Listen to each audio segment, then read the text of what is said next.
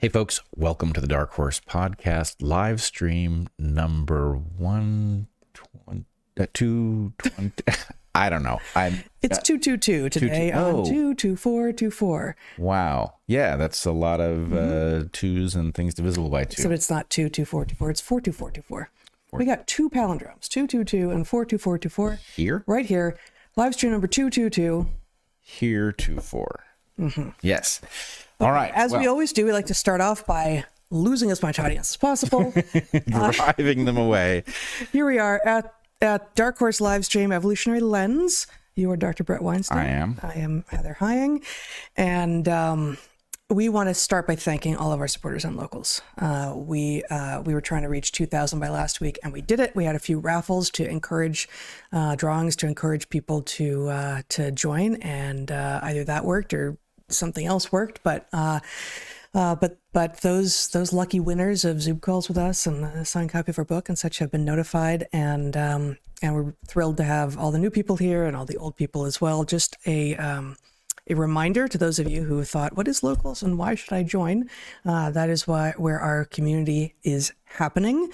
That's where all of our Q&As are. We're going to follow this live stream with a Q&A, but not between Bret and me, but rather between Bret and Zachary, our elder son. So that's going to happen right after this on Locals Only. We have early release of guest podcasts, access to our... What's that? Question submissions are open for the Q&A, access to our Discord server, watch party going on during every live stream. We had a great Q&A last weekend. All of those Q&As are available for watch anytime, and lots more to come. So please consider joining us at Locals. You are nodding as if you have something to add. No. I'm just noting that all of those things are true and significant. Yes, indeed. So today's topics include evolution, why it's true, why it has to be true and what's wrong with it. Exactly. Research on moving spike proteins between species of coronaviruses back in the year 2000, and sex-based gene expression in several species of endotherms, that's mammals and birds. And we're going to stuff all of that into a relatively short episode this week because I have a boat to catch. We're going to A literal boat, yes. Figuratively catch. Yeah, I don't. You're not going to. No, you wouldn't. No. Yeah. Drive a car right onto it and hope that works. It seems a little Wait weird. till it is fully docked. In my experience, that works so much better. Yeah, I mean, I seem to remember shows from like the 70s and early 80s where there was a lot of like flying cars onto boats at the last minute. Just a good old boy. Am I wrong? You were not the target audience for that crap. But yet I watched a certain amount of it with my dad, which Yep. explains a certain amount of things. Yeah, he wasn't the target audience either. But nonetheless, I can imagine, flying cars is hard to look away from. Didn't Kit the car end up flying some amount? Wow, I feel like I don't kind of think was so. the target audience for Knight Rider. Yeah, see, in a way, yeah. David Hasselhoff kind of easy on And the eyes. Magnum PI. Right, even easier on the eyes, Sure. arguably. Yeah. Right, no, Kit, see, the two cars, you had the General Lee, which was good at flying. Which I honestly never really... I And didn't watch Dukes of Kit was good at rambling on and on, in my recollection. That car did drone on. Oh, often. Yes. Yes, in a kind of affected voice. Who gave it that voice? Yeah. And why? Someone should have predicted Siri and been like, can I just change that to sound like an Australian dude or something? Yeah, no, the Indian voice for Siri is... That's what you like. It's the best. Yeah. Well, it gives you confidence that the person has carefully understood the routes available and is telling you where you should go, having looked at the traffic. It's the right voice, believe me. As you know, I don't use Siri, so I only hear it when you have it set to Indian male voice, and yes. I hear it when we are navigating in unfamiliar places. And the only reason that I have it speaking to me is that way I don't end up crashing or getting lost. I think I could avoid crashing without Siri's help, but I would end up missing a lot of turns and ending up on the turnpike, having to go to the next state to turn around. Turnpike. Yeah. That's a local term. That's right? an East Coast thing. Yeah, we don't have turnpikes here. No, and we don't want them. No. All right. We're going to move everything else to the end, except for, as always, our three ads, which are for sponsors that we have carefully chosen and we stand by. We really encourage you, if you like anything that you hear about listening.com, Maui Nui Venison, our Sundays, to pursue those sponsors, those products, using the codes that we're about to read to you. I'm stalling because you have to start, dude. Oh, sorry. Yes. Here we go. Our first sponsor this week is listening.com. In 2024, people often find themselves busy with things that require their eyes or bodies, commuting or cooking, taking a walk or going to the gym, farming or gardening, but leave them free to take in information. Predictably, audiobook sales are climbing, even as sales of physical books, alas, are at a plateau. But there's a lot of written material that isn't available in audio format yet, until now. Introducing, not a thing. Listening.com. This is a particularly useful tool for academics who need to take in a lot of complex technical literature every week, and it will be useful for anyone who likes to listen to content on the go. Listening.com lets you listen to academic papers, books, PDFs, web pages, and articles, and email newsletters for those times when you want or need to take in the material but don't have the freedom to read it in the traditional way. Listening.com is the best in the world for listening to academic and scientific papers, and also supports all kinds of other reading material like Substack articles. It offers lifelike AI voices. Does it have an Indian voice? We'll ask. I don't think so. Complete with emotion and intonation, or a realistic listening experience. And it is capable of pronouncing complex technical terms in any field. Furthermore, listening.com features a one-click note-taking function.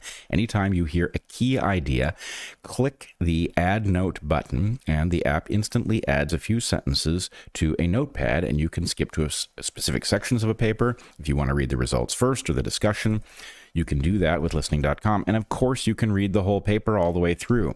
Your life can get a lot easier with listening.com. Normally, you'd get a 2-week free trial, but listeners of Dark Horse get a whole month free. Go to listening.com/Dark Horse or use the code DARKHORSE at checkout. There we go. All right. Our second sponsor this week is Maui Nui Venison. MAUI, as in the island. Nui, N-U-I, venison. A mission-based food company bringing the healthiest red meat on the planet directly to your door. We love this meat and the mission of the company. The meat's extraordinary in both taste and nutritional value. It's not gamey, it's easy to cook, and the company is both amazing and unusual in several regards. Maui Nui Venison is actually both environmentally and socially responsible. Those are buzzwords now, and lots of people are using them who either don't care, don't know what they mean, are using them cynically, or know that they're neither environmentally nor actually socially responsible. But Maui Nui Venison is actually and truly both. Responding to the problem of Maui's invasive axis deer population, Maui Nui Venison is helping to restore balance to vulnerable ecosystems and communities in Hawaii by harvesting a limited number of deer. They are seeking to restore balance to Hawaii, not eradicate or farm these animals. They are limited in how many animals they can harvest, but more impressive than that, they do so in a stress-free way, wild harvesting fully wild meat in a completely unique way. Maui Nui uses forward-looking infrared technology to give them eyes in the dark. They hunt exclusively at night, always with a USDA official in attendance, with such precision that only the animals targeted are impacted by the hunt. Plus, Maui Nui Venison has donated over 16,000 pounds of meat to Hawaiian communities that have food insecurity, amounting to over 43,000 meals distributed. Research out of Utah State shows that the meat from Maui Nui Venison is the most nutrient-dense and protein-dense red meat available. This is nutrition of place. The deer live on volcanic-rich soils, which support remarkable plant diversity, and the deer engage in true wild grazing, all of which give Maui Nui Venison the highest protein per calorie, up to 53% more than grass-fed beef even. We highly recommend trying their all-natural venison jerky sticks for an optimal protein snack, or their amazing bone broth, or, of course, any of their wide variety of fresh cuts, all available in their online butcher shop. Maui Nui Venison delivers the healthiest red meat on the planet directly to your door. So, go to mauinuivenison.com/darkhorse to get 20% off your first order of fresh venison, jerky, delicious bone broth, or even their special Ohana box subscriptions, which, like the deer they harvest, are limited in number. That's mauinuivenison.com/darkhorse to get 20% off your first order. Do it today. You won't regret it. Love everything about Maui Nui. Yeah. Including the people who run it. Absolutely. It's a really amazing operation, and it's, There are lots of operations out there that have very nice things to say about why they're doing it, how they're doing it. These guys mean it, and they're doing it right. And the product is fantastic. Yeah, fantastic. Did it say yum in there? I may have missed it. I don't think so. Yum. Should have. Yeah. Yeah. Now, can you say that about our next product? It's Sundays. I can't. I'm one of very few people who can say yum about Sundays. Yes. Our Labrador, lightly snoring on the couch off screen, can also say, wow, yippee, yum.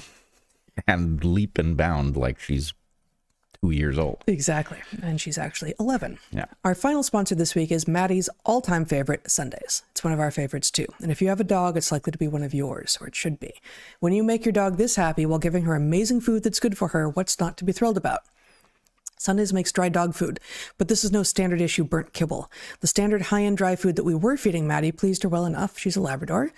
But it turns out that Maddie does discriminate. She loves her food, the food that Sundays makes. Loves it. If we run out of Sundays and give her that previous high-end kibble that we were giving her exclusively for many years instead, she's clearly disappointed. We should be giving her Sundays. She knows it, and we know it. Sundays is the only human-grade air-dried dog food on the market. Air drying combines the best of cooked and raw approaches. Air drying preserves nutrients and taste, just like raw food does.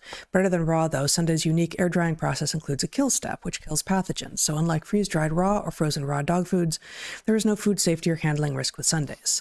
And Sundays has no artificial binders, synthetic additives, or other garbage. All of Sundays' ingredients are easy to pronounce and healthy for dogs to eat. It's far better for your dog, and for ours too, than the standard burnt kibble that comprises most dried dog food. One word of caution, if you've got cats, they'll likely want the Sundays as well. Our own epic tabby, Fairfax, is broken into the Sundays on occasion, much to the dismay of our Labrador, who is too polite to stop him. Sundays is an amazing way to feed your dog. There's no fridge, no prep, no cleanup, no wet dog food smells. It's a total pleasure for the human interacting with it, which is a bonus. In a blind taste test, Sundays outperformed leading competitors 40-0, and our own little anecdote, Maddie, supports that result. She, as Bret said, bounces and spins and leaps in anticipation for a bowl of Sundays, way more than for her previous food. Do you want to make your dog happy with her diet and keep her healthy? Try Sundays. We've got a special deal for our listeners. Receive 35% off your first order. Go to sundaysfordogs.com/darkhorse or use code darkhorse at checkout. That's sundaysfordogs.com/darkhorse. Switch to Sundays and feel good about what you're feeding your dog. Air-dried, airtight, Airedale. There are no Airedales associated. There are none? It's a little bit dangerous to suggest that when you're talking about dog food. What's an Airedale? This is not. Isn't it related to like Clydesdale? Isn't it a type of horse? No, I don't think so. Isn't it a type of dog? Oh, is it? Okay. I don't know. I think it is, but one of us doesn't know, and that's interesting. Okay. Well, I'm curious as heck as to what an Airedale is. It's a terrier. It's a terrier, which is, I believe, a type of dog. It's kind of goofy looking. Yeah. Sorry, guys. Well, they kind of all are. But okay. Well, enough of that. Okay. Shall we talk about the state of Darwinism? Sure. All right. So the reason that I'm thinking about this, of course, is that Darwinism has erupted into the public discussion in a way that should be heartening to us as evolutionary biologists, but it's actually a bit distressing. This started, I believe, with Tucker Carlson's interview or discussion with Joe Rogan, in which he said a lot of interesting things, one of which was that he believed that Darwinism had essentially failed and that science had realized that it doesn't function as a model, and we'd moved on. And I heard this and I thought, I don't even know what he's talking about. And then Scott Adams on Twitter alerted us that he also believed that the model had been falsified. Alerted the world, yeah. And in any case, I reached out to a number of people. I had a text conversation with Tucker about it. I offered to talk to him about what's going on with Darwinism. He was thrilled to do that. We haven't done it yet, but at some point it will happen. I had a chat with Joe, and I had an exchange with Scott Adams. But anyway, the point is, the implication here is that somehow among very intelligent, highly educated people, there is a growing sense that there is something fundamentally wrong with Darwinism. Now, I want to just run through a number of things that I think fit together, and I think people will see how this builds up our toolkit as we've been doing forever here on Dark Horse. there is, I think, a misunderstanding about what the job of a biologist is or a Darwinist. And I just want to highlight this because to me it is quite glaring. As an evolutionary biologist, I believe it is my job to find flaws in our evolutionary model. Mm-hmm. Now, those flaws, my expectation is, will lead us to higher quality Darwinism. If they happen to lead us to discover that Darwin had it wrong, that's fine. I will be surprised, but that's not a reason not to go there. Mm-hmm. But I did want people just to have a basic sense of what I think the status is, because I'm very frustrated at the state of our field. In my opinion, it has made essentially no progress since 1976. And that's odd. As I've mentioned before, when I asked Richard Dawkins about this, when I asked Jerry Coyne about this, they gave me the same very strange answer, which is that they believed their generation had answered all the big questions and that there was just cleanup left to do, mm-hmm. which is preposterous. There are many big questions left. And mostly what's happened is we've stopped talking about them. We've gotten in the habit of not looking at the stuff we can't solve. And when you ask people, for example, about speciation or elaborate sexual displays in various creatures, instead of telling you, they will tell you that we do understand. And then instead of telling you what it is that we've come to understand, they will give you a brief tour of the work in that area, right? So if you ask about speciation, you will hear about allopatric speciation and sympatric speciation, and maybe if you're talking to somebody who's really sophisticated, parapatric speciation. But what you will not get is an answer to where all the species came from, right? That's because we have largely stopped discussing it. And what we do is we have a kind of effort as a substitute for success. So I have lots of complaints about the state of evolutionary biology on the basis that there are lots of things we can't answer and aren't making progress on, as far as I can tell. That said, I find the idea that there's some fundamental problem with Darwinism shocking, and that idea would be spreading is even more shocking. And these, all of the people saying this are intelligent people who are not reaching such a conclusion lightly. These are people who, if they believed Darwinism was intact, would gladly say so. So what I wanted to point out was there can be a ton wrong with our model of adaptation by natural selection, which is really the thing that Darwin innovated. There can be a ton wrong with our current understanding of it without it touching the fundamentals of Darwinism, right? That Darwinism can be broken in its detail, or it can be stalled, as I've argued that it is. And that doesn't mean that there's anything wrong with what Darwin said. Now, there's lots of little stuff in Darwin that you can quibble about. There's some imprecision. But in general, my argument is Darwinism, it would be very, very difficult to discover anything that would falsify Darwinism in light of what we now know to be true. That was not true. Darwinism was a radical proposal when Darwin made it. And my point is it is now very close to a tautology. And that is not a fault of Darwin's, nor is it even really a fault, right? What it means is that the reality in that model is so clear that the room to find a falsification is almost non-existent, rather like the Earth going around the sun. So I'm wondering what, I can come up with some of the things that you would point to as things that either humanity didn't know at the point that Darwin first published, or that he didn't know even though it was concurrent with him. So the first example in that space being Pasteur, recognizing that life does not generate from nothingness. Life begets life, except presumably the very first time. At least.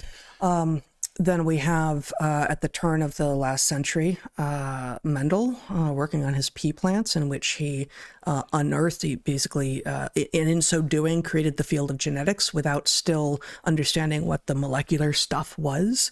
Half a century later, in the 1950s, we have the discovery of the structure of DNA. Another several decades later, we have things like molecular mechanisms of epigenetics, things like methylation and DNA tags and such. And that's just a few. That's 4 things, one of which was concurrent with Darwin, but he didn't know, and all the rest of which are downstream of him.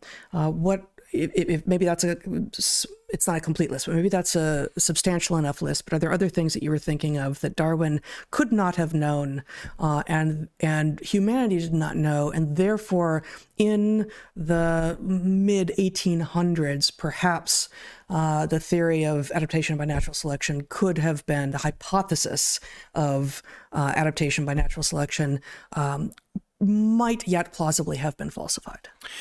Right.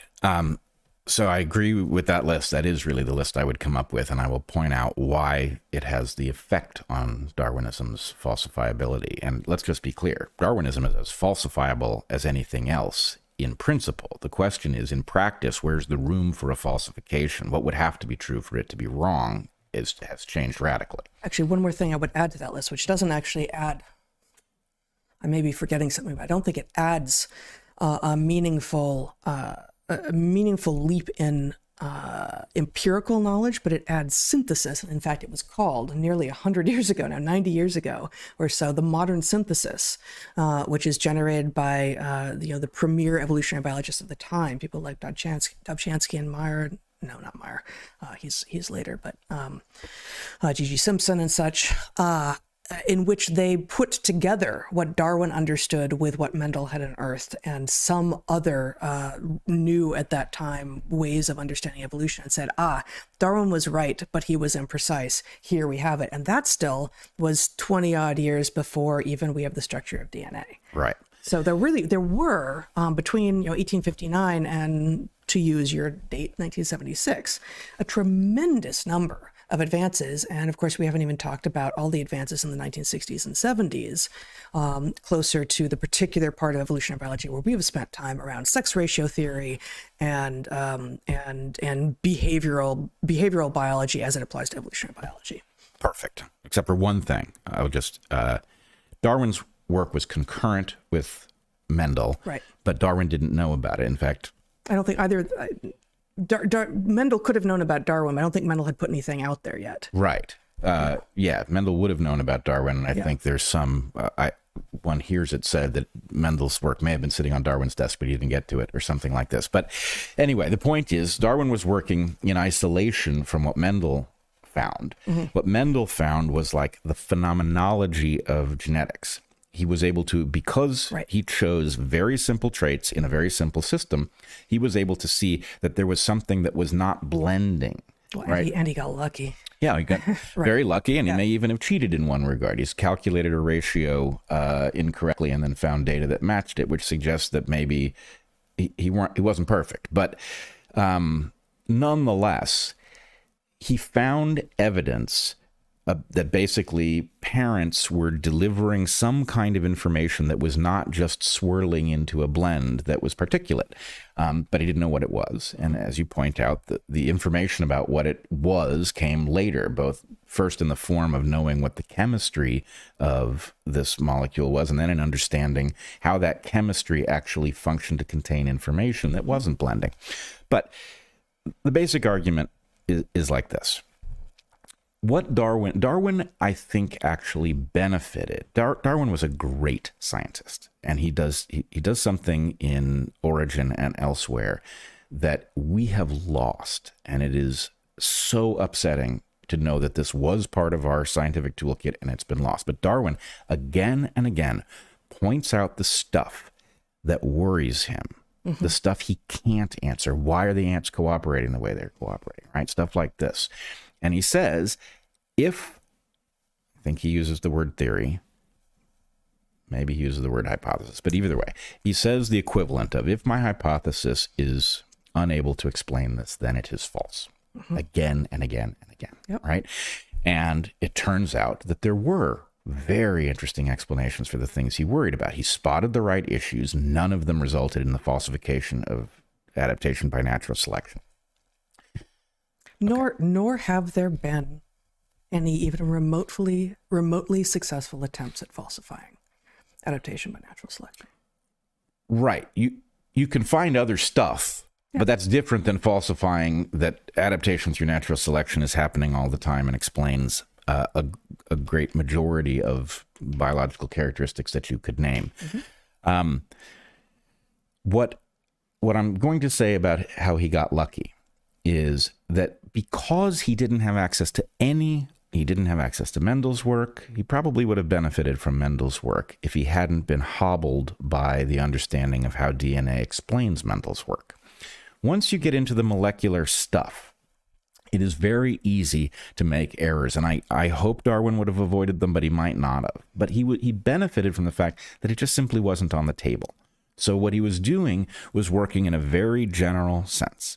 And what he said, the fundamental, I'm going to reduce it to 3 characteristics. You could describe the same 3 as 4 characteristics. It's more traditional, but I think this is more intuitive. Is that if you have these 3 characteristics, adaptation via natural selection will happen. The 3 characteristics are reproduction, heritable variation, and differential success, right? And the idea is something reproduces, the products of that reproduction are not the same, the things that make them not the same are passed from parent to offspring, and they don't work the same. Therefore, the ones that work better will come to dominate the landscape, and the ones that work worse will disappear. And that results in the simplest 3-word definition for evolution: descent with modification. Descent with modification. And the ultimate point, which you, as a layperson, if you're a layperson watching this, what you should take from this is it is almost impossible for that to be wrong, right? We could have everything we've built on that model be wrong, and it would be almost impossible for that idea to be wrong in the aggregate. Now, the question is, what do you do with what we have learned and what we have failed to discover that matches that model? And I'm not going to exhaustively go into it here. Frankly, it needs at least a extensive essay, if not a book, to explore this stuff in detail.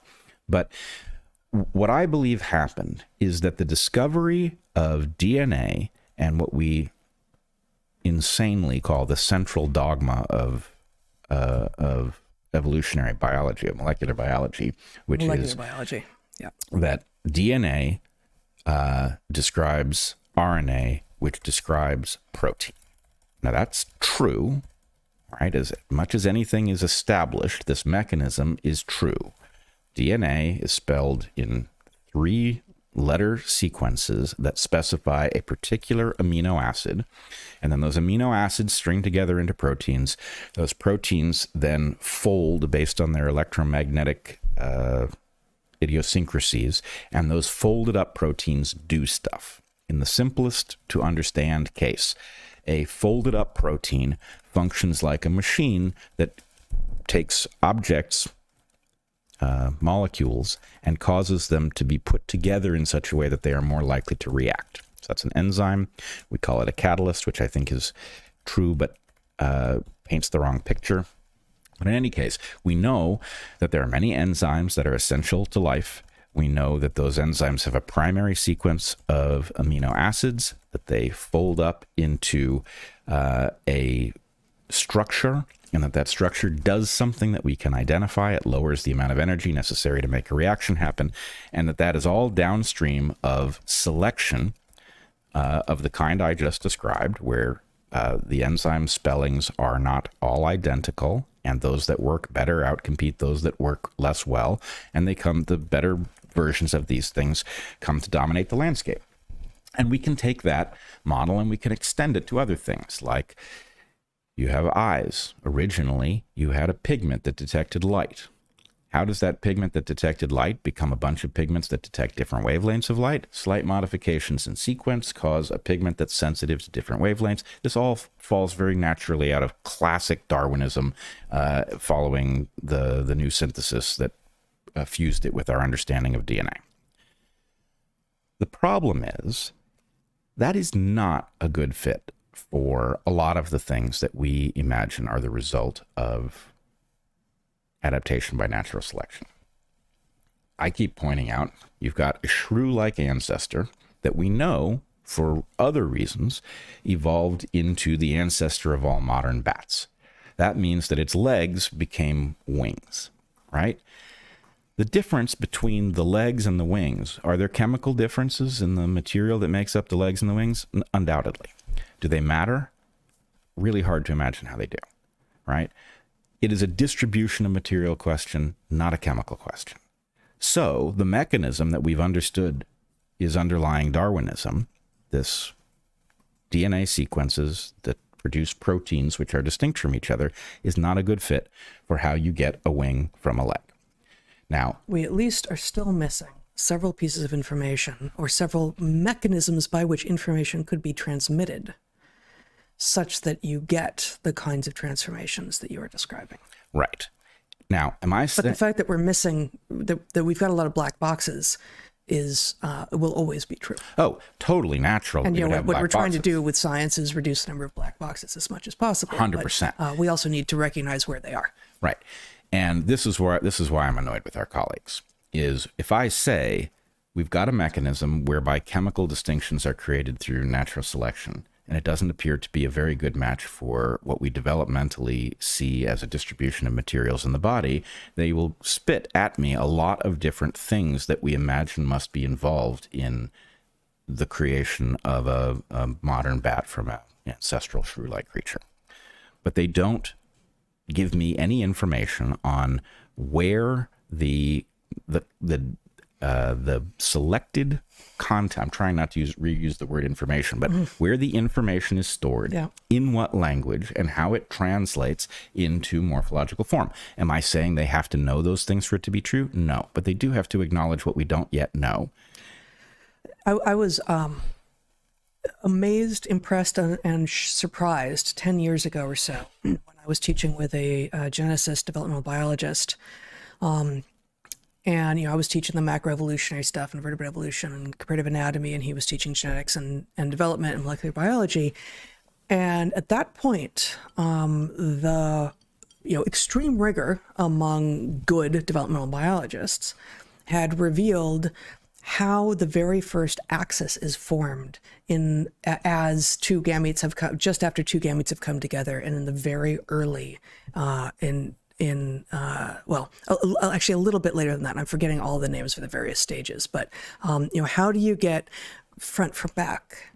And we actually do begin to have a sense of that now, but obviously a lot more has to happen beyond front and back. You also need left and right. You need a whole lot more than that. So, there was much excitement in the field not that long ago that we finally had a bead on how it is that early animals, that early in development, all animals actually begin after sperm and egg have met to begin to form a difference between head and tail, the animal versus the vegetal pole. So that is super basic and super amazing both. So we just don't know a ton. Well, we don't know a ton, but I specifically want to phrase the question as, in what language is this information that is obviously underlying these changes stored, right? In the textbook that I learned biology from, the triplet codon to protein mechanism was described as the Darwinian mechanism. We have learned language. So now mechanism and language you're using somewhat. Well, let's put it this way. It's either triplet codons or it isn't. And if it isn't triplet codons, I want to know what language it's stored in. And yes, I do think I have an inkling, but be careful. So it is triplet codons for some things. Oh, yeah. You are arguing that it is not triplet codons for all things evolutionary. As I have been arguing for 20 years, I believe there is a missing layer. It's not that it doesn't exist. It's not that it's impossible to understand. It's that it's implied by the certainty of Darwinian selection functioning to create adaptation and the feebleness of the protein-based mechanism for how that works. And we talked about this one or two live streams ago, and indeed it came up in our Q&A recently. What is... what might that layer be? You have called it, and we've called it in our book, explorer modes. I have borrowed from what I know to be the actual human written code by which we try to understand what the phylogenetic history of life on Earth is, the heuristic layer, wherein you can't search all possible space. There is simply not enough time in the universe. So there have to be some rules. In what language are those rules written, and where do those rules live for search here, build here, try to do this thing over here. But you can't try everything always, all of the time, because there's simply not enough time. So you've got two things. So we are now talking at the layer between a Darwinian explanation and a Mendelian explanation, right? We are now talking about the heuristic search of design space for forms that are useful, right? And yes, Explorer Modes says Darwinism will result in creatures that search design space non-randomly because it works better. It's a superior competitive mechanism, and adaptation will cause you not to search where there's nothing to find, right? So that's phenomenological. And then there's a question of where the information that is evolving by natural selection is stored and in what language. And again, yes, I do believe that I have an inkling of at least one such place. But my basic point would be Darwin didn't say anything about DNA. Thank goodness. Right? He didn't know enough to say anything about DNA, which saved him from being too specific about what kind of information was varying that was heritable and being selected. And what happened when we discovered DNA is that the molecular mechanism underlying what is unfortunately called the central dogma, right? The idea that DNA stores information, it goes to mRNA, and then it goes to protein. That mechanism is so mind-blowingly cool that everybody, once we saw it, thought the race to understand how Darwinism creates critters is done.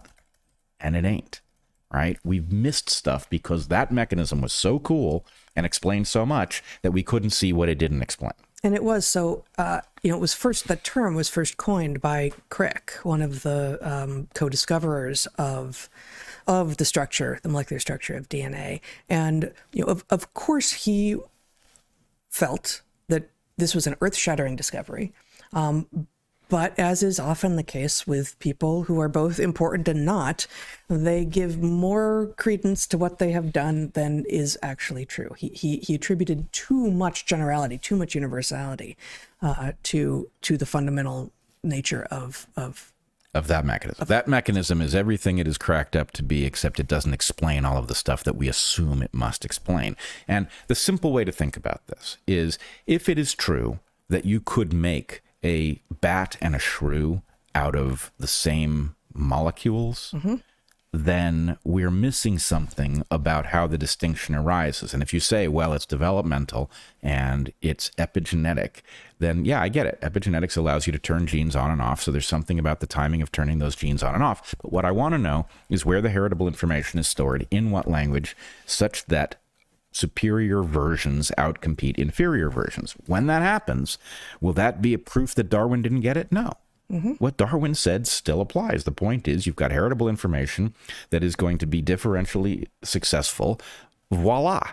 It's going to be Darwinian. So is there another possibility? Kind of, maybe, right? Maybe, look, I don't believe we're living in a simulation, but you could say that all the stuff that you think evolved is actually inside a simulator. Well, I would argue the simulator's purpose is then probably to see what evolves. So the fact that there wouldn't be material in it doesn't matter, or at least doesn't matter very much. But even if the purpose of the simulator was just to create an entertaining screensaver in which things seemed like they had evolved so that everything was a fiction in here, it still doesn't solve you. It doesn't save you from needing this mechanism, right? Because who did the simulating? They had to come from somewhere. So anyway, there's all that. But now I wanted to get to how we got to, did you have something? Oh, I have a correction from something I said earlier, but you go on. I'll correct at the end if you want. Okay. So I wanted to talk a little bit about how we got into this sorry state and what its larger implications are, because I do think its larger implications are dire and go well beyond questions of Darwin's reality or fiction. And I wanted to return to something we talked about in, I think, the last live stream, where, As longtime viewers will know, I'm increasingly convinced that there is something about what a belief is, how it is held in the mind, that distinguishes humans into at least two categories. Maybe there are 100 categories, but there are two broad ones. One is very, very common, and the other is very, very rare. And I believe, I'm not arguing better or worse, but I believe that you and I are in the very rare category, and it is confusing to us because we are prone to falsely project the way we believe things onto the way other people believe things, right? And let me just say that when you wrestle with a concept like this, there is an experience which has sort of trained me to do it, I think. The experience is, if I try out a concept like this, like there are two different kinds of belief, right? I take it on in a provisional way. And then I go through my daily life, and either it's right and it simplifies my understanding of things I don't even expect to be related to it, or it doesn't. Maybe it even makes things more complex. If I try to look at things through this lens, they make less sense than they did when I didn't have the lens. Then I throw out the lens. But if the lens makes things simpler without robbing me of the ability to explain things I could already explain, then the answer is, well, I don't know if it's true, but it contains something that's a lot like true, and I'm going to increase the weight I'm willing to put on it. So here's the concept that I think is alarmingly useful. How do you come to understand what is true? Well, let's talk physically first. Let's say that you're a toddler trying to understand how to move through the world.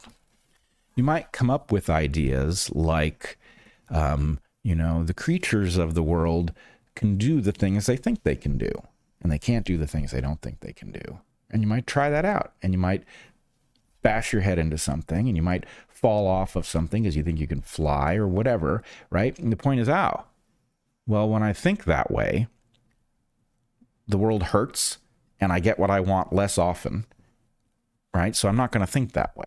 My life gets worse when I think that way, so I'm going to stop thinking that way, and I'm going to replace it with something where when I think it, my life gets better. Totally natural way to discover what's true. And you may discover a lot of stuff that's only kind of true, but true enough, right? Like the example I always use about follow through when you're playing tennis or swinging a baseball bat, right?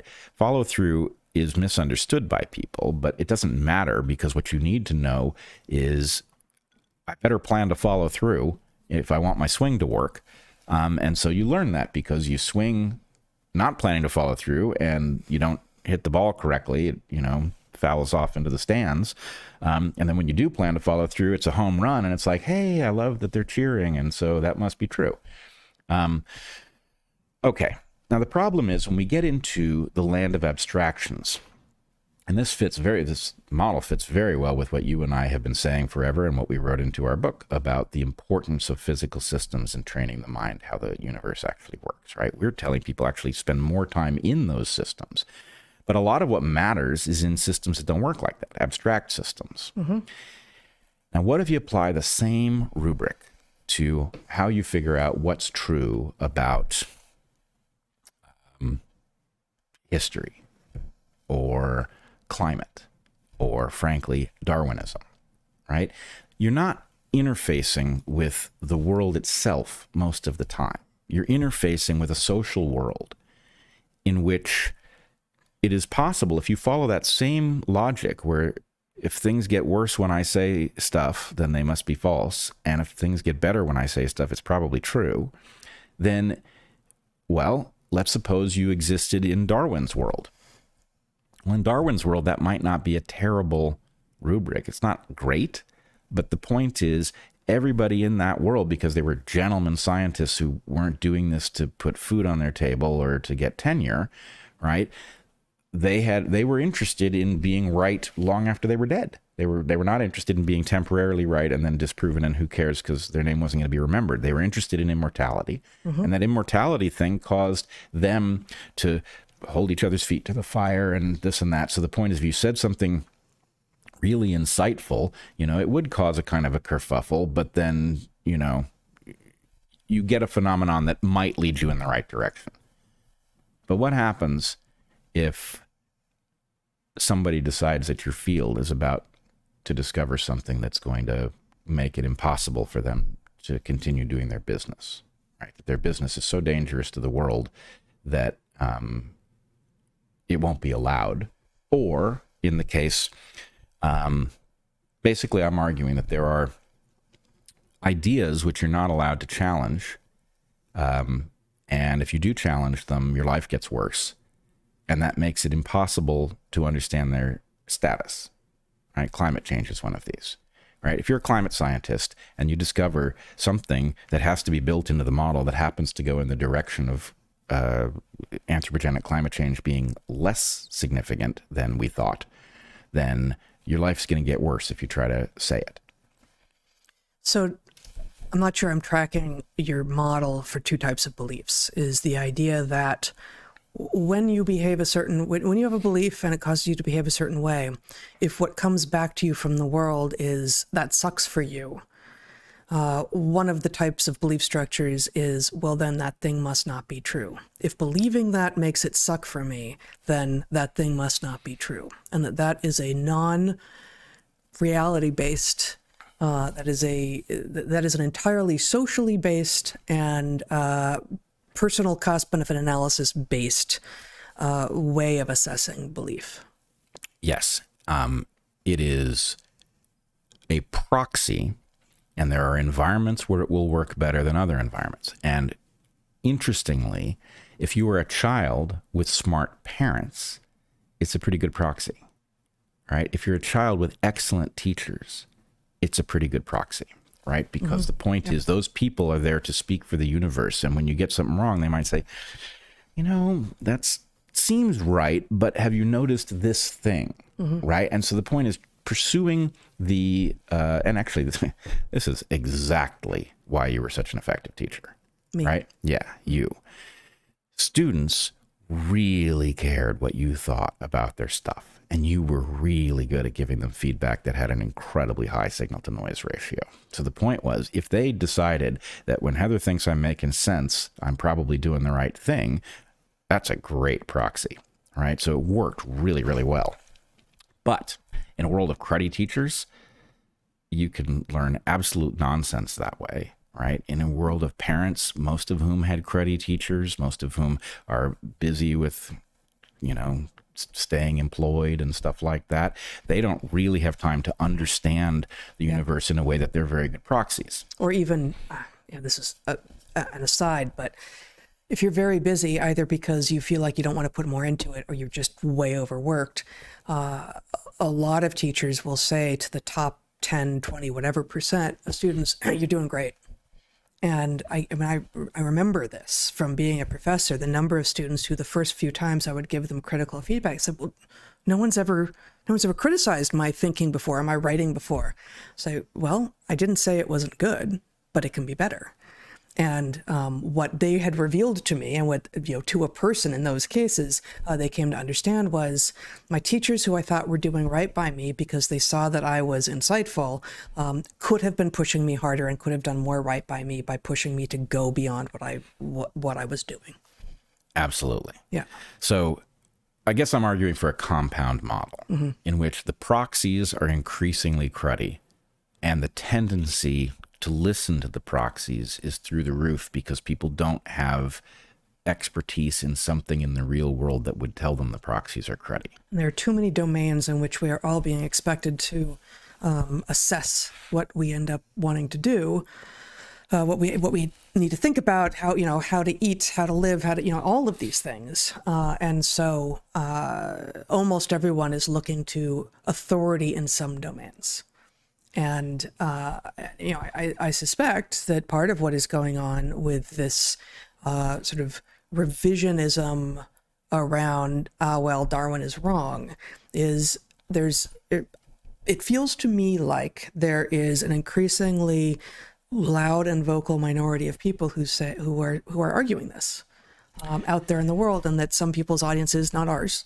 we get this, but we've been clear from the beginning, we're evolutionary biologists, right? Are going to be reinforced by speaking to the part of the audience that says we all know Darwin isn't right? Yes, I mean, this is complex because I think some of the people, I'm going to come back to why Darwinism is broken in a social sense in a second. But I do think that while there are people whose attacks on Darwinism are painfully stupid, there are some skeptics of Darwinism who are actually doing the job Darwinists are supposed to be doing. Right, and we talked about that last week or 2 weeks ago. Right, and so the point is, should you be listening to these voices? Well, absolutely, right? They have taken on. Right, that's not who I was just referring to. Right. I know, but we have to separate them out because they exist too. But okay, I wanted to say one little personal thing about why I at least think that I end up in the weird category where belief is really about something other than those proxies. This is just me sort of searching my own motivations. I know that I have a weird relationship with people telling me I'm wrong. Right? I know that if I have done my homework and I have spotted something that has caused me to take up a position that is quite different from what most people believe, then I am making a long-term bet. I'm making a bet that actually I know what's going on. And when you see what you've got wrong, that actually that's good for me. Okay? Now, I think that's how science is supposed to be done. Right? As I've said many times, every great idea starts as a minority of one. If you're not comfortable being the only person who believes something, then you're ruling out the possibility that you will make a great discovery.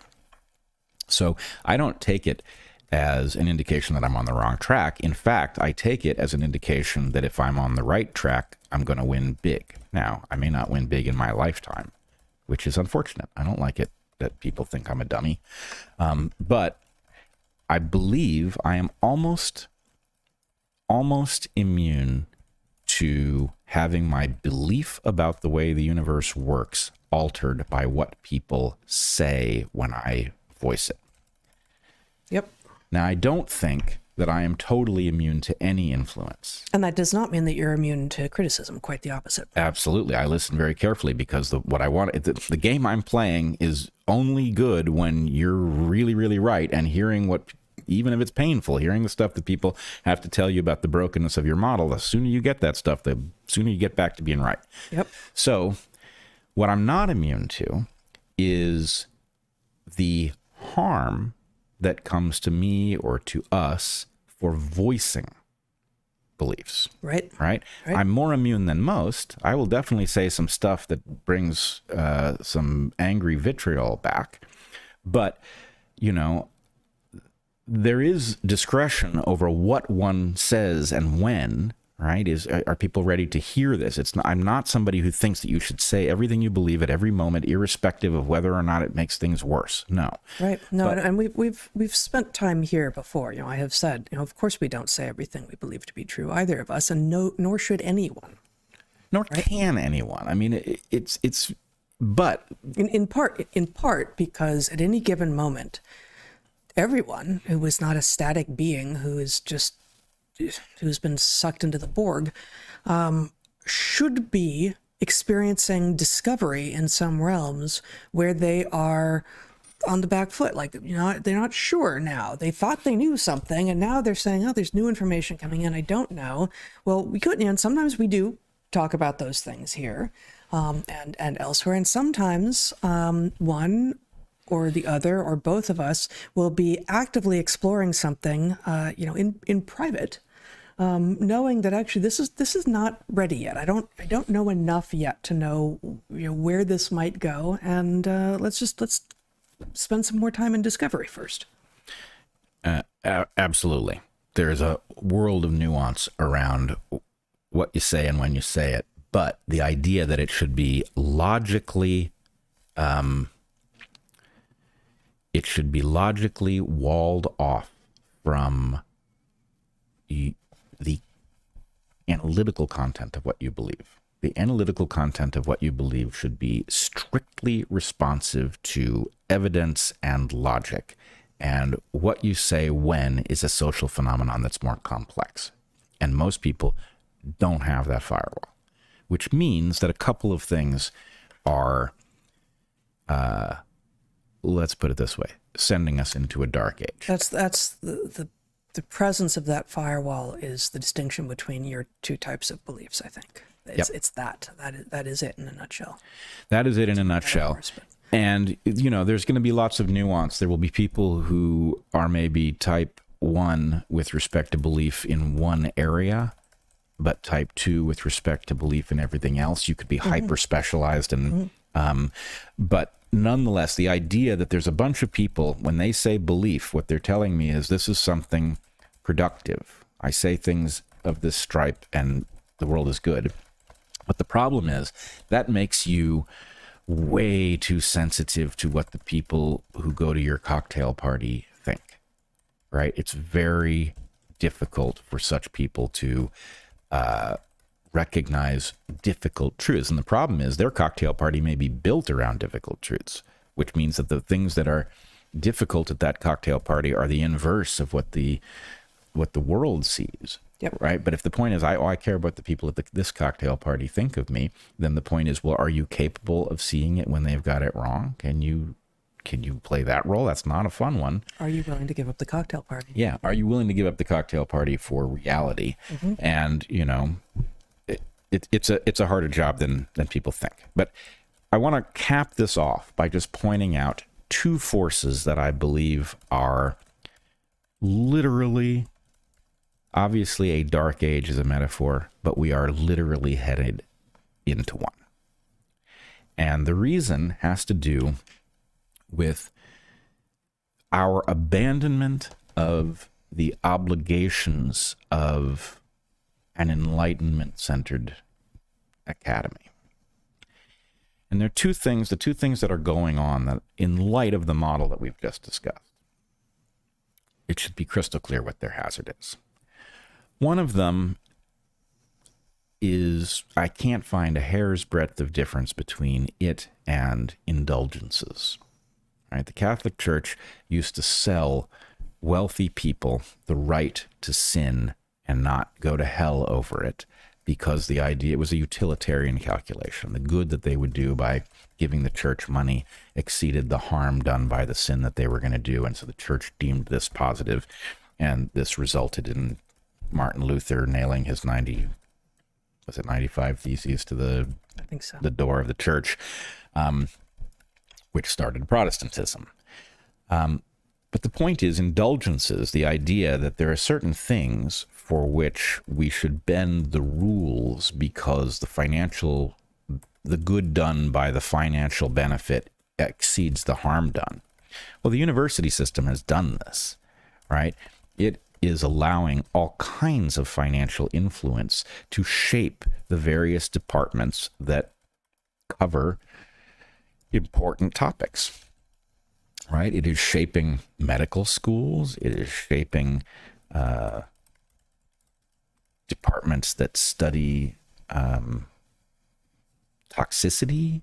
It is shaping everything where there's money at stake, right? Those are indulgences. And of course, the result is that it makes society stupider, because those indulgences basically allow the throttling of perspectives that are uncomfortable to those who can buy them, right? So obviously, we've done a lot of talking here about the content of vaccines. At the end of the day, there is a very obvious question. A lot of our vaccines contain aluminum. Is it safe to inject aluminum into babies? That's an obvious question. That's not you're a crackpot if you wonder. That's wait, can I see the studies that established that aluminum is safe to inject into babies, and what are the limits, right? That's an obvious question, which we are hearing very little about, because we have an indulgence that has been sold to people whose business requires them to inject aluminum into babies. And so we can't get to the end. The answer is, if it's safe, we would find that through a discussion in which there was vigorous disagreement, right? So among the things that we need to understand, there are two kinds of consensus. The people who have fallen in love with the idea of settled science are portraying one of these kinds for the other.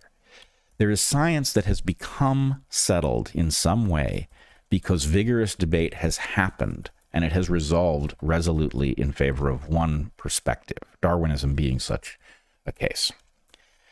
The other kind is where the wisdom is delivered to prevent the vigorous disagreement that would tell us if it was true or not. That's what happened during COVID, right? We were told at the beginning what the truth was so that no vigorous debate could happen. That's how the science got settled in advance of the argument rather than as a result of the argument.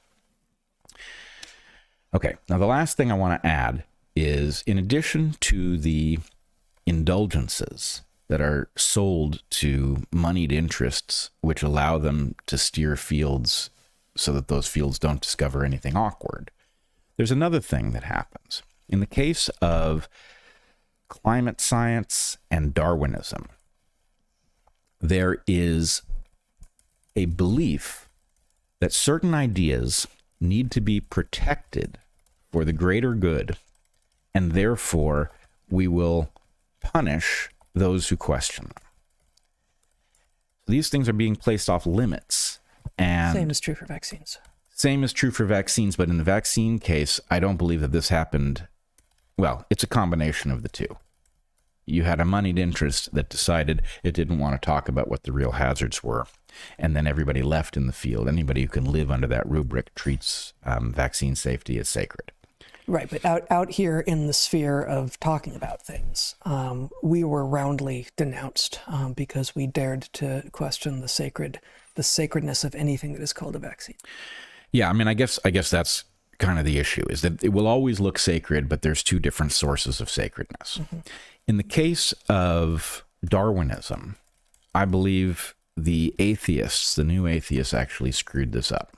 That the new atheists, in order to fend off those who they call creationists, and I don't actually think that is a terrible term. It has a stigma to it. But those who believe in alternatives to Darwinism come in various different flavors. But they were viewed as so dangerous that there was license to simply,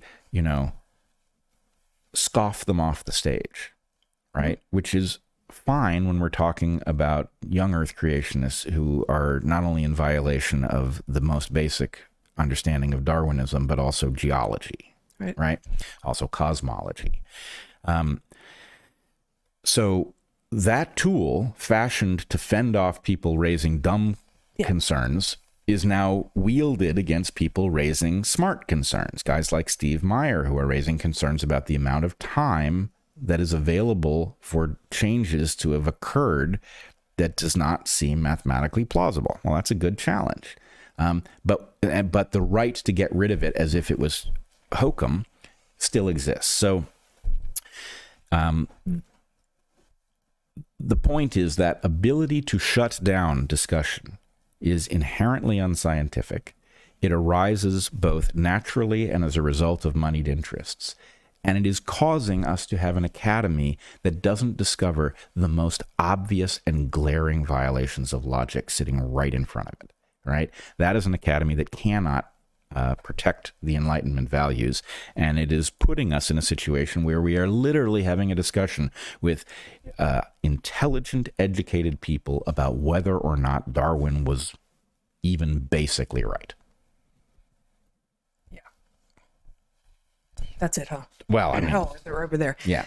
I had one correction from what I said earlier, which is we're now a long way afield from, but I was talking about the modern synthesis, which I understand to be sort of 1930s-ish, and put Meyer on that line. I mentioned Dobzhansky and Simpson. I didn't mention like Fisher and Haldane, and lots of people there, a lot of important evolutionary thinkers. And I said Meyer, and I said, oh wait, no, he's later. No, he was very much there. It was in the 1930s that he introduced the idea of adaptive landscapes to the world. I think that was a 1932 paper, sometime in the 1930s. It turns out adaptive landscapes is right. Oh, it's Sewell, right. You're right. But Meyer was very much working then. He was just incredibly long lived. He lived like 100 years. Yeah. So he lived beyond us being in grad school, and he was from very early on. But yes, I was conflating both Wright and Meyer, and also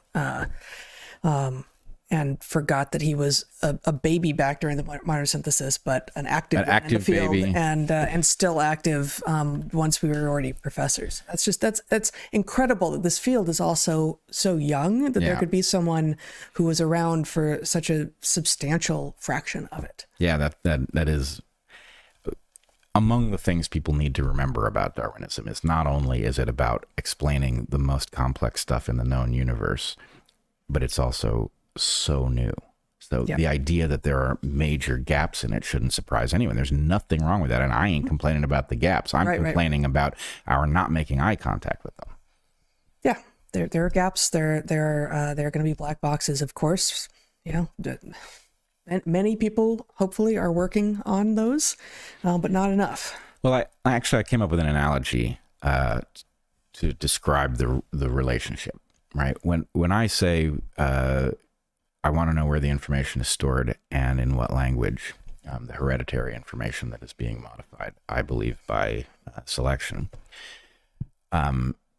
lots of people want to shout me down, and they will say, it's as if, he never learned about, molecular epigenetic, blah, blah, blah, blah, blah. Right.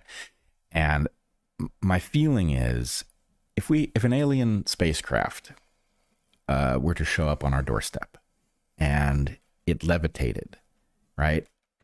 And I said to somebody, okay, how does it do that? I don't think we know. Of course we know. Well, what do you mean?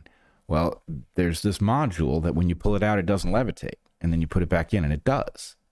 This module is how it levitates. It's like, well, you didn't answer the question.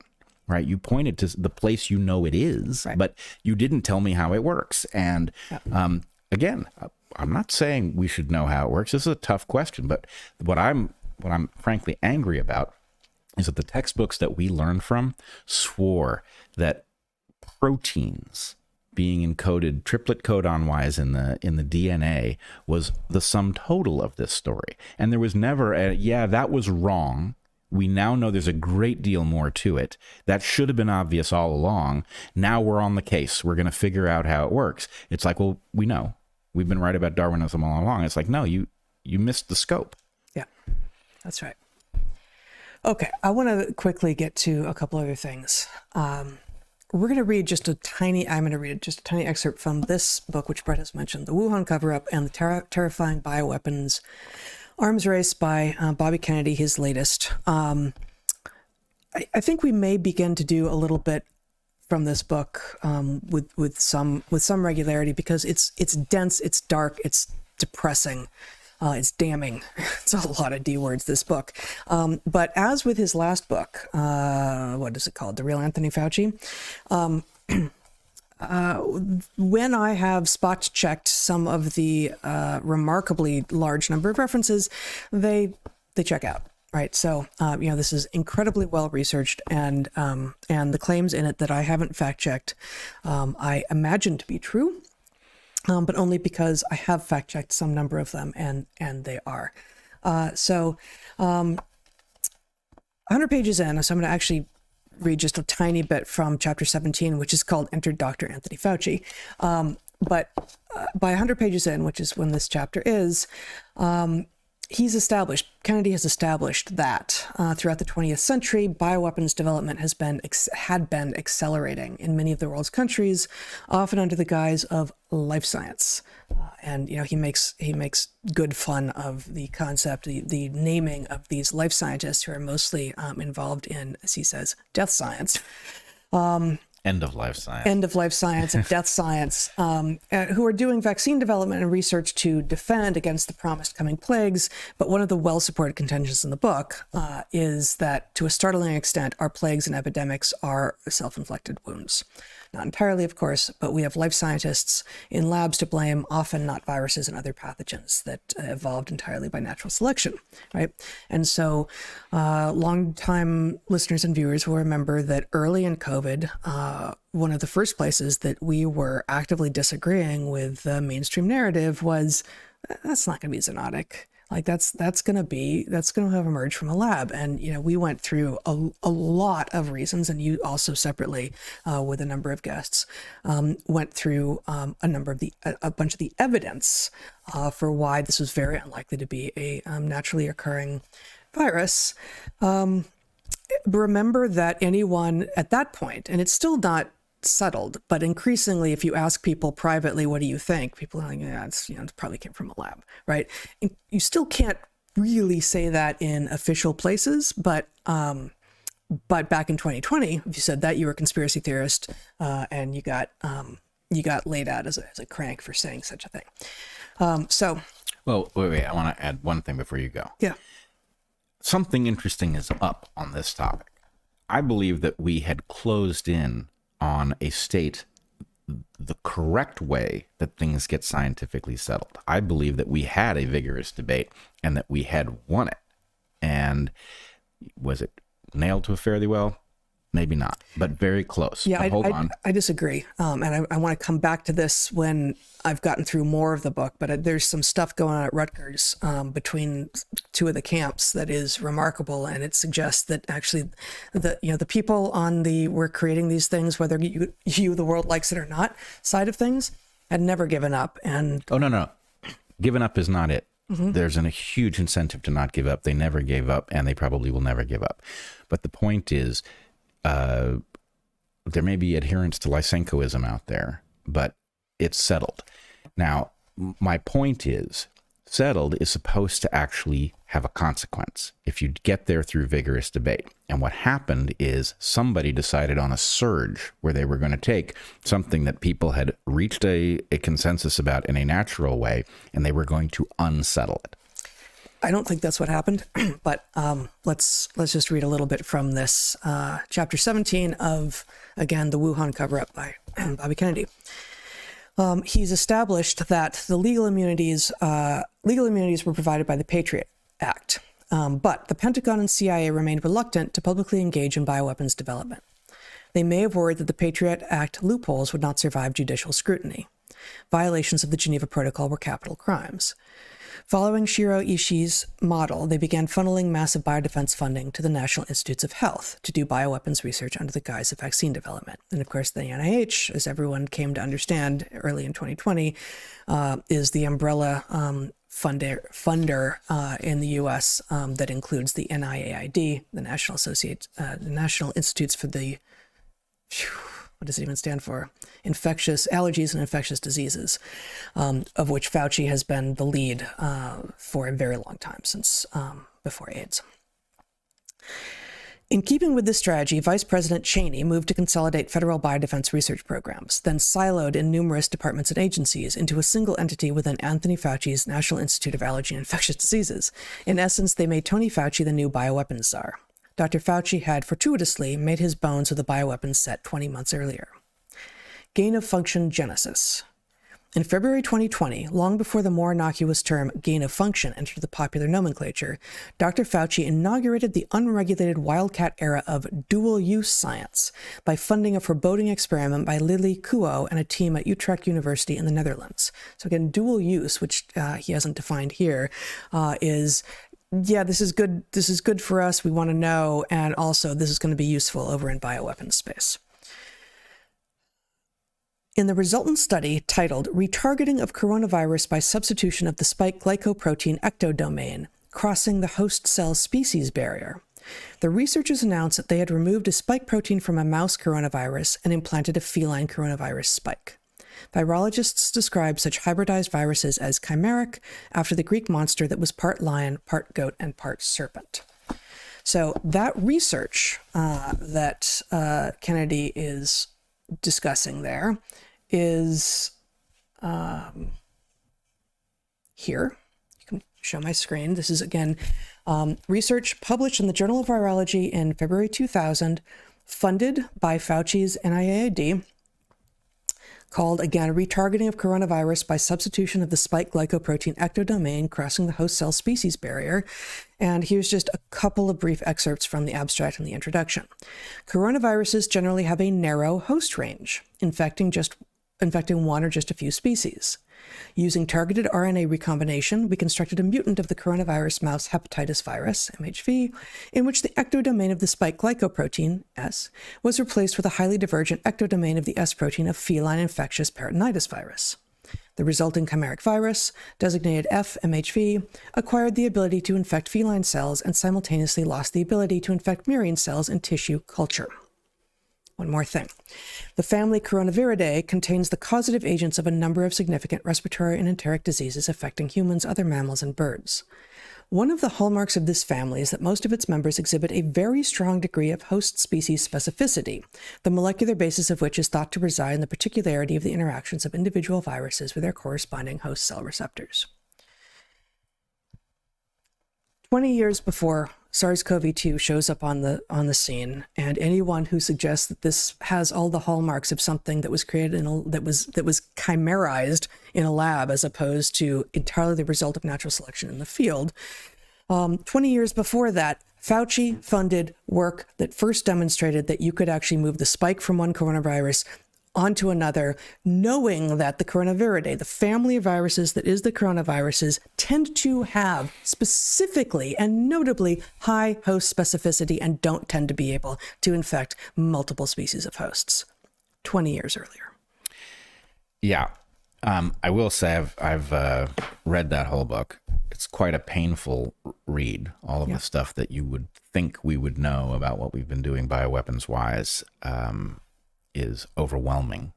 You know, the history of the bioweapons program, its relationship to very significantly Japanese bioweapons research from the World War II era is jaw-dropping. And the number of, one has the sense, few people are going to read this book. It's a tough read. It's a technical read. Right. But it is, if you know what's in that book, this is a slam dunk. And what we don't understand in the public is that when you look at Anthony Fauci, you're looking at a weapons guy. Yes. As a weapons guy, the whole story of COVID makes a great deal more sense, right? Let's assume it was an accidental leak. Nonetheless, what were they doing in the lab and why? How did they end up with such a virus in the lab and why? Is a question that has a very uncomfortable answer. So anyway, I do recommend, if it's your kind of read, that you do pick it up. It's tough, but well worth it. But the problem is that the public, which knows nothing of this, is still confused, and that's the battleground. Anybody who read this book would be shocked at how much there is to say about the particular details of the experiments that were being run, the grant proposals that were filed, the program to which they belonged, the nature of Fauci's domain. But in any case, yeah, it's stunning. It's all there, right? Most of this stuff was published, and putting the pieces together and understanding what they were doing is not as hard as people make it out to be if you have access. So mostly a lot of smoke is being thrown up, so we can't tell. That's right. Okay, one more quick thing, another change of topic before we go. There's a cool paper out end of last year on sex-biased gene expression in 5 mammals and a bird. 5 Mammals and a Bird sounds like a pretty good movie. Yeah, it's a bird. Oh, cross-species rom-com. Yeah, exactly. Yeah. Okay, so sex-biased gene expression just means that that there are genes that are either expressed only in one or the other sex, note 2, or that they are expressed in different amounts or to different degrees or manifest differently in the two sexes. And this research has a lot of complexity and intrigue to it, but I want to focus on a couple things. One, the language around sex differences sounds like it comes from a different era, one in which biologists were actually biologists and knew what was going on. So I want to read just a bit from the introduction to show you what it used to sound like over in biology. And then also there was one piece of the finding. It's very complex, so I've kind of simplified one of the graphics to show you guys because I thought it was particularly interesting. So if you want to show my screen here, Zach. Here we have the research article. Again, it's called Sex Bias, Gene Expression Across Mammalian Organ Development and Evolution. And that whole first page is just a long abstract. Here we have the introduction. In many vertebrates, sex differences are the most extreme phenotypic variations seen within species. Although some sexually dimorphic traits are evident to the naked eye, for instance, differences in body size or plumage, many are not visible but are no less important, for instance, differences in drug clearance or immune responses. Sexually dimorphic traits are specified at different points during development through sex-specific gene expression programs. Males and females are almost identical genetically, only differing in their sex chromosomes, X and Y in mammals, Z and W in birds. Genes on these chromosomes, SRY in mammals and DMRT1 in birds, initiate the sex determination pathways responsible for the differentiation of the gonads into ovary or testis. Upon sexual differentiation, the gonads start producing sex hormones, for instance, testosterone and estrogens, that reach different parts of the body and bind to their receptors on target cells. The hormonal signals trigger gene regulatory cascades that differ between males and females, leading to differential gene expression between the sexes and the development of sexually dimorphic traits. Okay, none of that is exciting. It's basic, and yet almost nothing happening in trans ideology at the moment could possibly accept that was true. Okay, so again, like I said, a lot of cool stuff in this paper, but here's just here's a slightly simplified version from a piece of Figure 1, which had several parts. So this is Figure 1E, again from this paper published in late last year, in which what you've got is you've got 5 species. I don't know why they're not including the humans here, but they've got 4 mammals, mice, rabbits, and possums, and a bird, a chicken. And they looked at 5 different brain areas. I also don't know why they're separating brain from cerebellum, because the cerebellum is obviously part of the brain, but put that aside. But 5 different areas of the body where genes might be expressed: brain, cerebellum, heart, kidney, and liver. And in this particular figure, Figure 1E, what they were looking at is when does the differential, the sex-biased expression of the gene turn on? Is there always differential expression? That's always SB, the darkest color in each of these, the black across the whole species, or the darkest color for each of these 5 different parts of the body. Is there only sex-biased expression before sexual maturity, the intermediate shade of color, or is there only sex-biased expression of the gene after sexual maturity, the lightest version of the color? And there's a whole lot in this nuttery that we are suffering through with regard to trans ideology, which suggests that the things that are different about men and women can just be switched off, and it doesn't matter at all. Look at across all of these species, both how much variation there is. So there are a lot of sex-biased genes in all of these animals. I guess the numbers within each of the pie charts are the number of genes that they found that have sex-biased expression in each species. So the chicken, for reasons that are unclear, had a lot more sex-biased genes overall. But in each of them, there are a lot of sex-biased genes, and it varies tremendously. In the possum liver, which is a marsupial mammal, there are more genes that are sex-biased only after sexual reproduction, only after sexual maturity comes on. And there are none that are only before. There are some that are dark here that are expressed in a sex-biased way throughout the entire lifespan, and some only after sexual maturity. And then in the brain of the mouse, all of the sex-biased genes in the brain of the mouse that these researchers found experience sex-biased expression. That is to say, males and females have expression of these genes in different ways, even when males and females have the same alleles, across the entire lifespan. So this is a lot. I know this is a lot to consider at once. The takeaway for me is there is so much complexity, and this is not just complicated. This is a complicated visual, but there is so much complexity in terms of under what conditions, when, and where there is going to be sex-biased expression of particular genes in each of these species that they looked at, that the idea that you can decide, you know what, I'm feeling like a guy today. I think I'll just take some testosterone and see how it feels to be a man. Well, no, it's not going to happen. There is too much going on. And this is just 5 systems, right? And these are using still fairly crude molecular techniques because, again, biology is relatively new. We can do a lot, but we can't do all that much compared to the complexity that's there. And even with our relatively crude tools and this admittedly complicated graphic, we can see how much complexity there is and how much differential expression of genes by sex there is across systems and across time within individuals. Yeah, that's mind-blowing.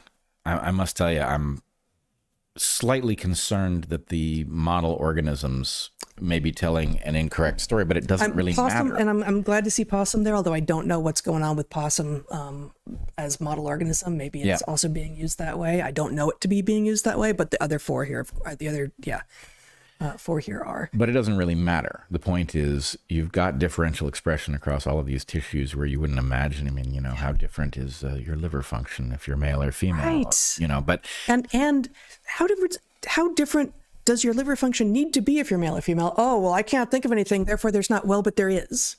Natural selection says, yes, there is.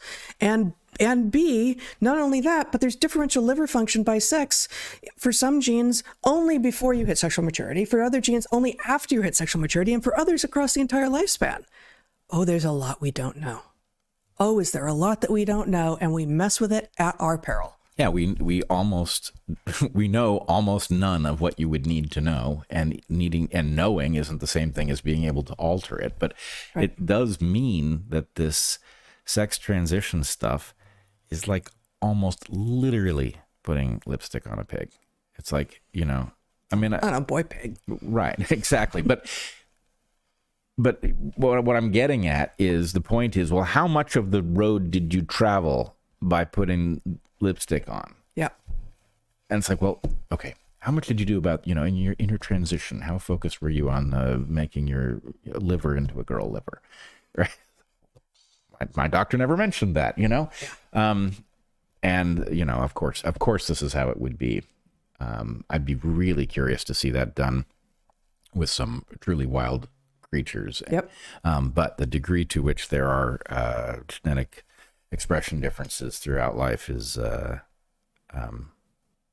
shocking, but not surprising. That's right. All right.